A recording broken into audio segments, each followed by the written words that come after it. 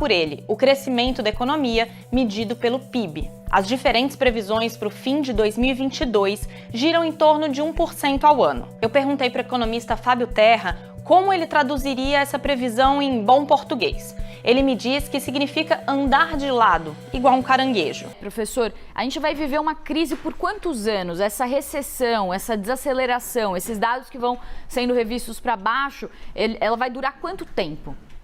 Veja, é difícil dizer, mas, por exemplo, o ano que vem praticamente já está contratada uma forte desaceleração mundial.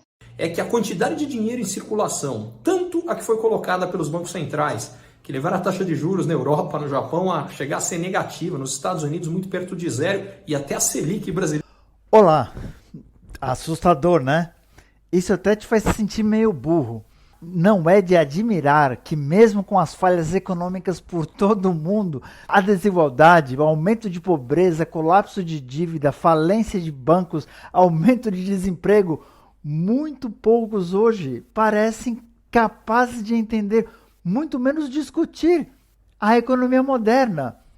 Fora, claro, o jogo de governos onde as únicas tentativas de solução que conhecem é o mero trocar de cadeiras no convés do Titanic, antes de se arrebentar no iceberg, assumindo que algum novo política de Banco Central ou legislação corporativa vai salvar o dia. Alguns anos atrás, depois de chegar à conclusão que nossos políticos, legisladores e autoridades estabelecidas serem comprovadamente incompetentes quando se trata da gestão verdadeiramente inteligente de nossa sociedade, eu comecei a buscar perguntas e respostas por conta própria. Perguntando coisas que muitos hoje parecem dar por dado, darem como certo, ignorarem ou, pior ainda, assumirem não ter nenhuma capacidade de entender ou que não tem nada a ver com isso, já que as autoridades credenciadas sob controle devem ser mais inteligentes ou mais informadas. É uma triste imagem da cultura moderna de hoje, sabe? Aquele costumário, liga a TV, assista o futebol, relaxa, e continua se endividando e pondo o filho no mundo no processo. Mas o mais importante, continue trabalhando naqueles empregos de merda nos quais você provavelmente já se iludiu acreditando que servem a algum papel social legítimo. Lembre-se, o 1% mais rico do mundo, que possui hoje 50% da riqueza no planeta, não chegaram a isso com você entendendo como o mundo funciona de verdade. No entanto, e tal cinicismo à parte, me perdoem, eu decidi que precisava começar de novo, por assim dizer, e fazer algumas perguntas fundamentais sobre as coisas que a maioria simplesmente apagou e esqueceu. Se você fizesse uma enquete hoje da nossa espécie, perguntando quais questões, na verdade, são as mais fundamentais que dizem respeito à sobrevivência e prosperidade humanas, como, o que de fato sustenta a vida humana, como alimentos crescem, o que é energia, o que cria e reforça a boa saúde pública, o que define um sistema de crenças útil ou prejudicial, você pode estar certo de que a grande maioria teria respostas mais concretas sobre preço de jogador de futebol, tendências da moda, tramas de filmes e escrituras religiosas. Não para menosprezar os prazeres culturais e a criatividade de expressão que cria prazer nessa vida.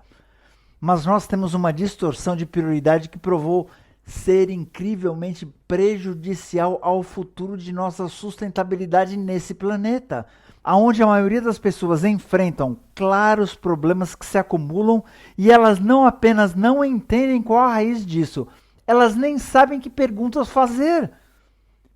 E hoje não há maior ignorância destrutiva à mão do que o vasto e delirante conceito conhecido como economia moderna. É nesse contexto fundamental o meu maior interesse. O que é uma economia? De onde vem sua premissa fundamental? Com o que nos relacionamos exatamente? Como a organização social encontra referência a si mesma? Existe uma referência? O que diabos estamos fazendo?